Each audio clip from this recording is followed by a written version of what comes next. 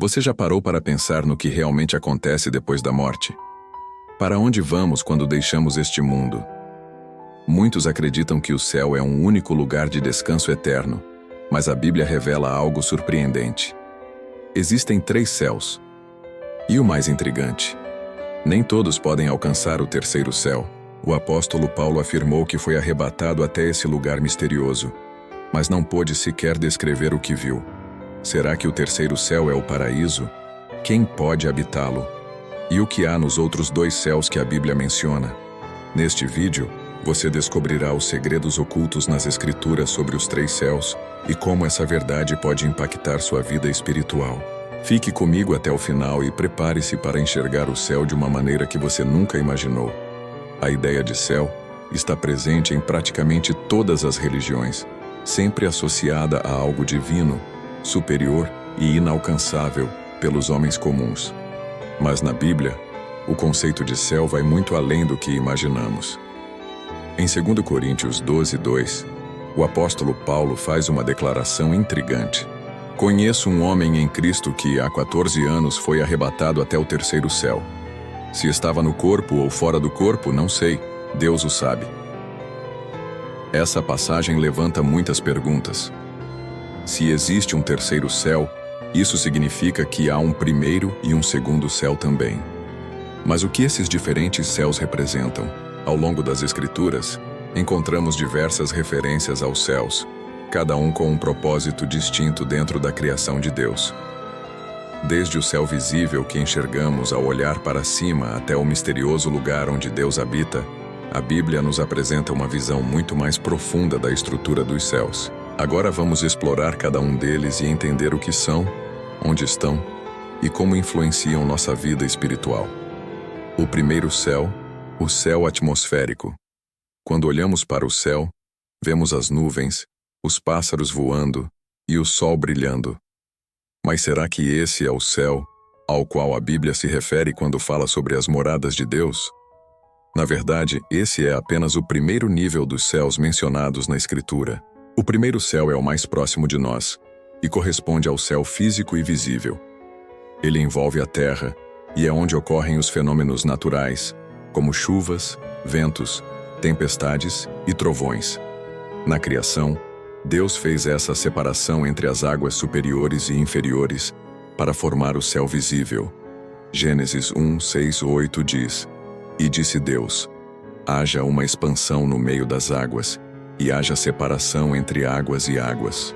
E fez Deus a expansão, e fez separação entre as águas que estavam debaixo da expansão e as águas que estavam sobre a expansão. E assim foi. E chamou Deus a expansão céus. Aqui, a palavra céus refere-se à atmosfera terrestre, a camada que permite a respiração dos seres vivos e a sustentação da vida. É onde os pássaros voam e onde as nuvens se movem. Isso também pode ser visto em Jeremias 4:25. Olhei, e eis que não havia homem algum, e todas as aves dos céus tinham fugido. Além de ser um componente físico da criação de Deus, o primeiro céu também carrega um significado simbólico profundo. Em diversas passagens da Bíblia, os sinais atmosféricos foram usados por Deus como formas de comunicação com a humanidade. Por exemplo, a chuva ou sua ausência muitas vezes representavam bênçãos ou juízos de Deus sobre um povo. Durante o dilúvio nos tempos de Noé, o primeiro céu derramou sobre a terra uma destruição sem precedentes. Gênesis 7:11 diz: No ano 600 da vida de Noé, no segundo mês, aos 17 dias do mês, naquele mesmo dia se romperam todas as fontes do grande abismo, e as comportas do céu se abriram. Esse céu também foi palco de manifestações divinas, como a chuva de fogo e enxofre sobre Sodoma e Gomorra, Gênesis 19:24, e a escuridão que cobriu a terra durante a crucificação de Jesus, Mateus 27:45. O primeiro céu é essencial para a vida humana, mas ele é apenas o limiar de um reino muito maior e mais misterioso. Existe algo além do que nossos olhos podem ver, um lugar onde forças invisíveis atuam e grandes batalhas acontecem. Agora vamos explorar o segundo céu, um reino onde anjos e demônios travam uma guerra espiritual silenciosa e contínua. O segundo céu, o reino celestial dos corpos celestes e do mundo espiritual. Se o primeiro céu é o limite visível da nossa existência, o segundo céu é um domínio que vai além do alcance humano.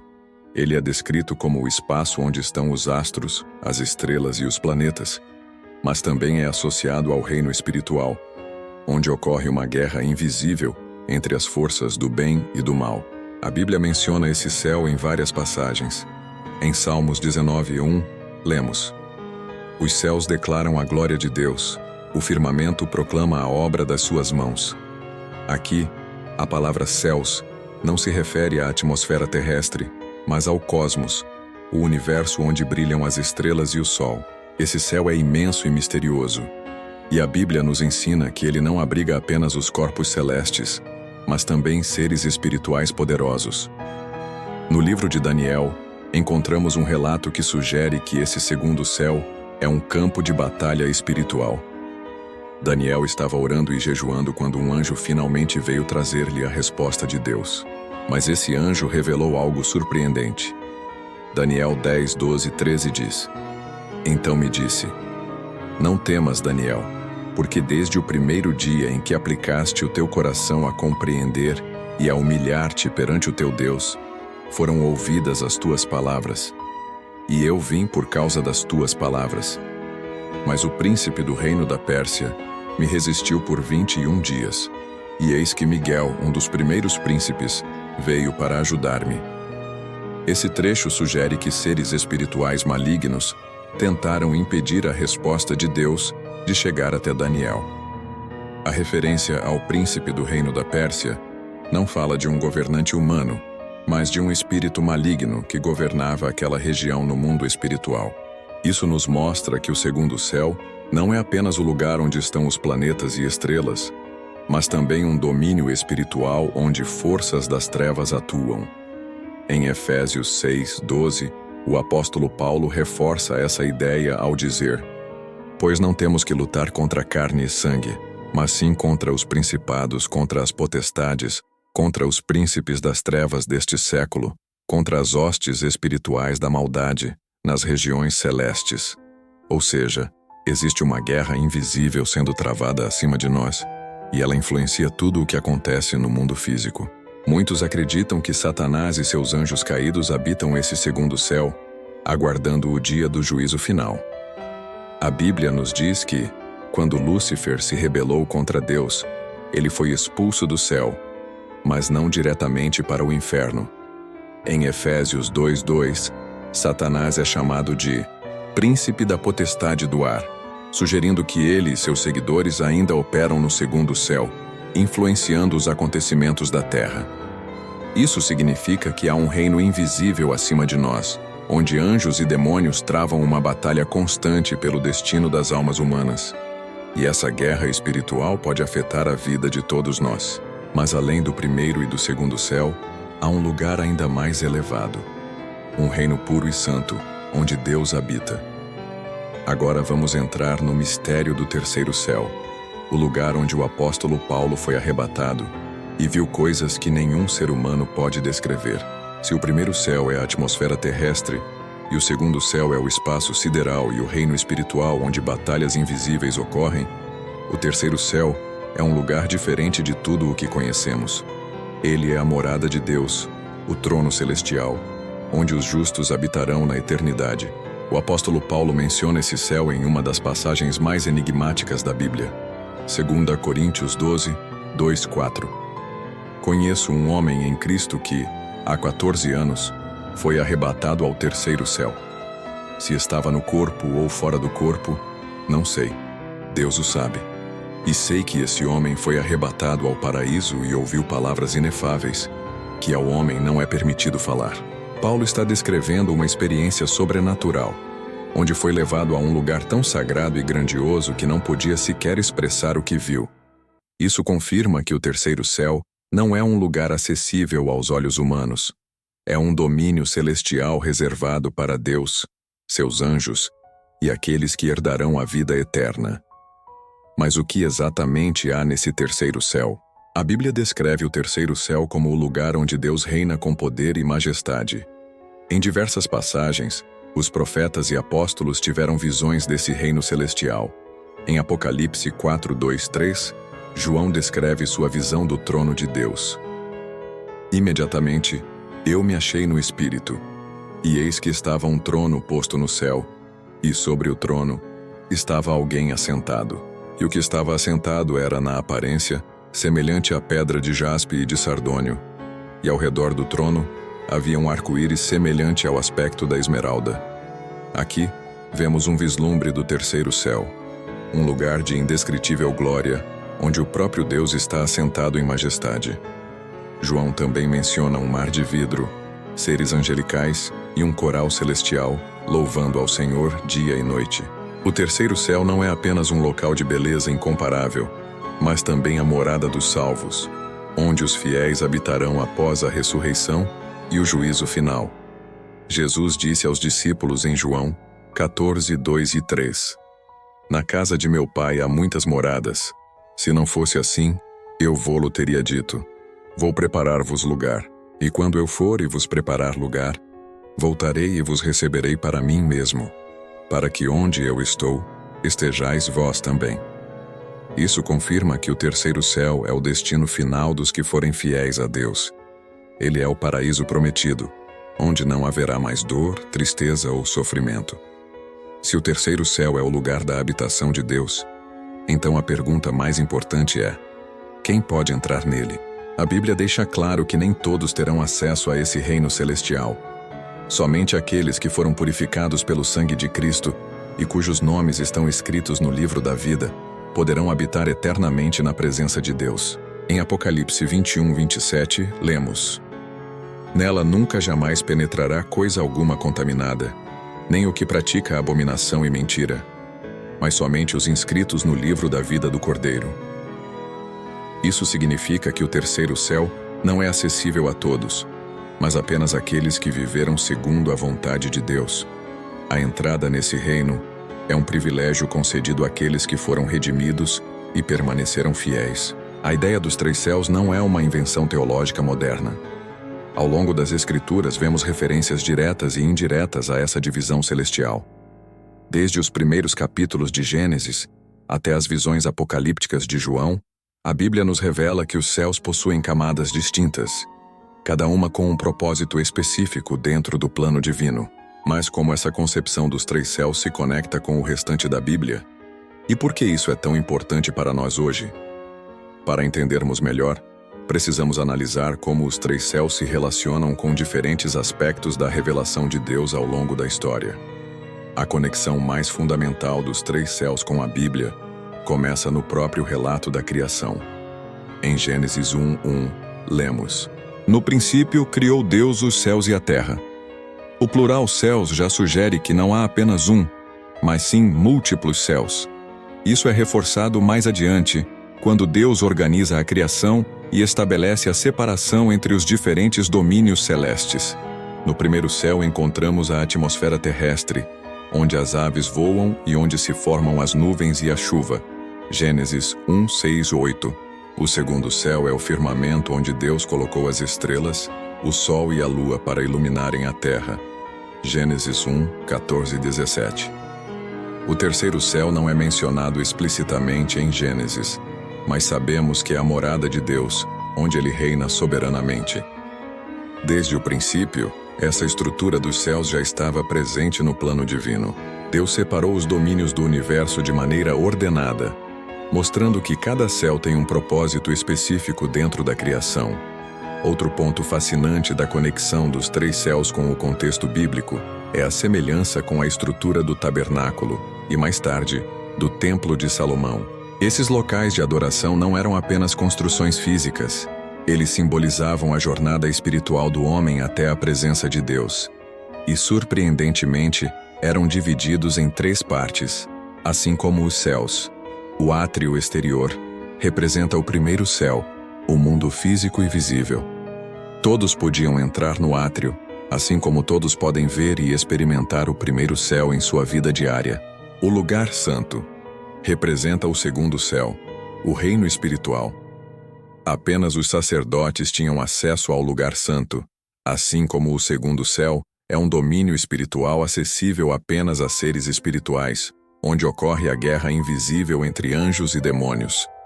O Santo dos Santos representa o terceiro céu, a presença de Deus. Apenas o sumo sacerdote podia entrar no Santo dos Santos uma vez por ano, assim como o terceiro céu é a morada exclusiva de Deus e dos salvos.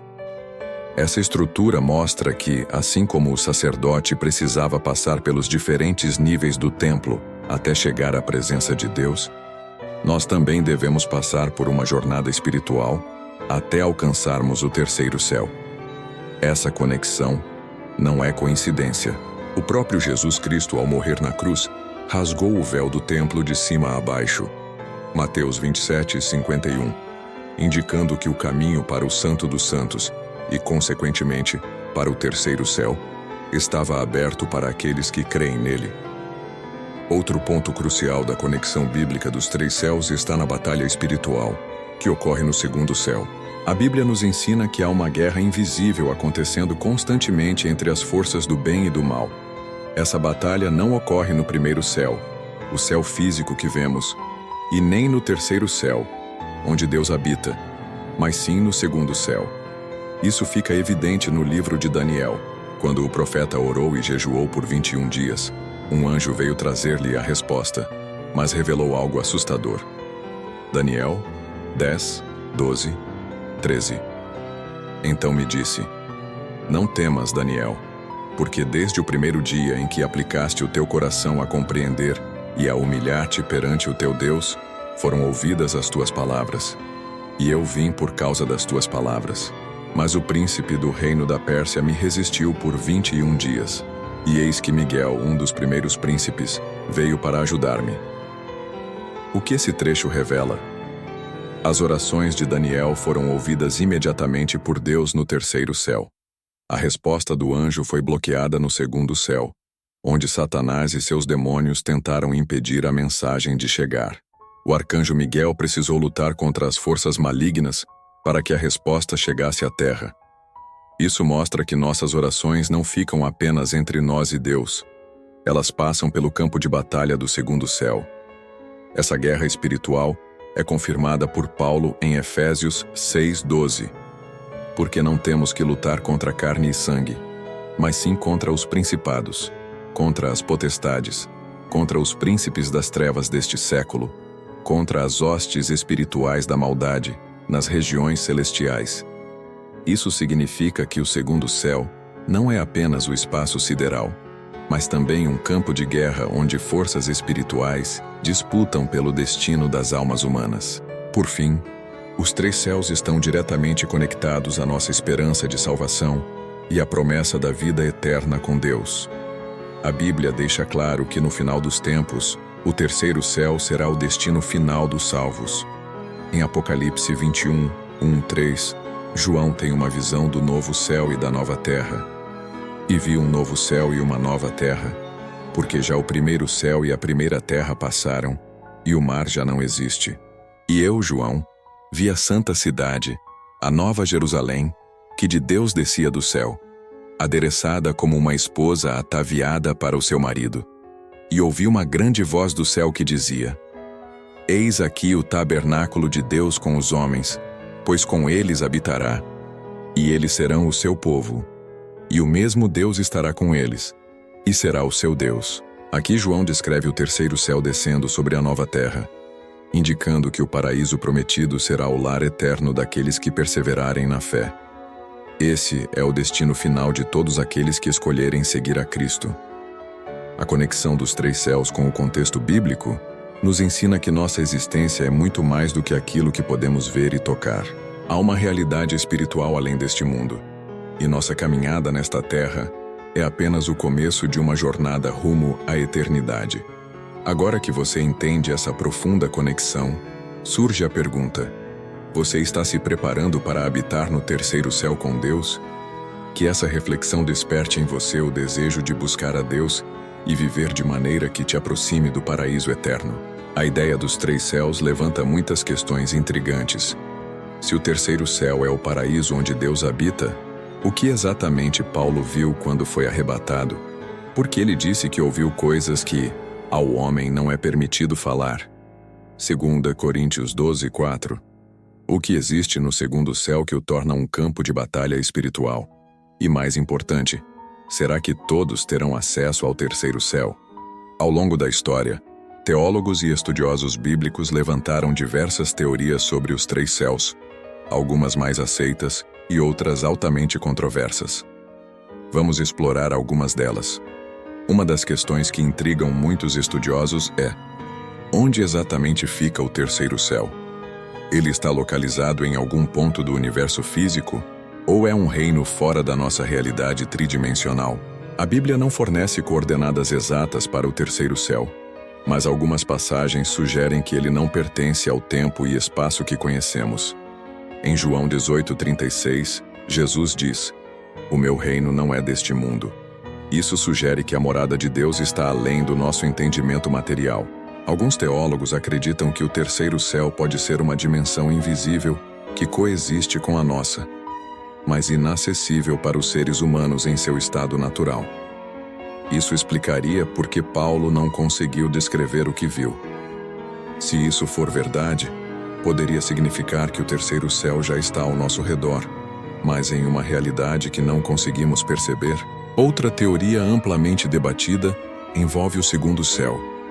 Como vimos anteriormente, a Bíblia sugere que o segundo céu não abriga apenas estrelas e planetas, mas também seres espirituais.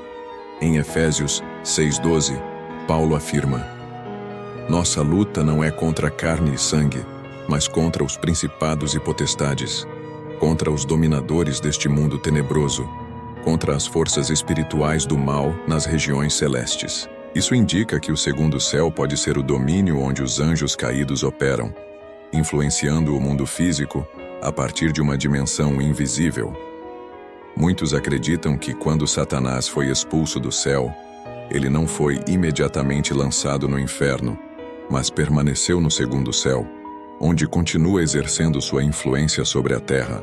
Isso explicaria por que o anjo que levou a resposta a Daniel foi impedido por 21 dias. Daniel 10:12-13. Se isso for verdade, significa que existe uma batalha espiritual constante acontecendo acima de nós, e que cada oração feita passa por esse território antes de chegar ao trono de Deus. Uma das questões mais cruciais é: todos os seres humanos irão para o terceiro céu? A resposta bíblica é clara: não. Em Apocalipse 21:27, lemos: "Nela nunca jamais penetrará coisa alguma contaminada, nem o que pratica abominação e mentira, mas somente os inscritos no livro da vida do Cordeiro." Isso indica que o terceiro céu é exclusivo para aqueles que foram redimidos por Cristo. Isso levanta uma questão ainda mais misteriosa: como será a experiência daqueles que não alcançarem o terceiro céu? Se há um terceiro céu preparado para os justos, existe um destino oposto para os que rejeitam a Deus? Essa é uma questão que permanece em aberto e nos leva a refletir profundamente sobre a eternidade. Agora que você conhece o mistério dos três céus, surge uma pergunta fundamental: para onde sua alma está indo? A Bíblia nos ensina que nossa vida é passageira e que devemos nos preparar para o dia em que nos encontraremos com Deus. Apenas aqueles que vivem em comunhão com Ele poderão herdar o terceiro céu e desfrutar da eternidade ao seu lado. E você, já imaginava que a Bíblia descrevia os céus dessa maneira? Você está se preparando para alcançar o terceiro céu? Deixe seu comentário e compartilhe sua opinião. Se este vídeo te ajudou, não se esqueça de curtir e compartilhar com mais pessoas. Que Deus te abençoe e nos vemos no próximo vídeo.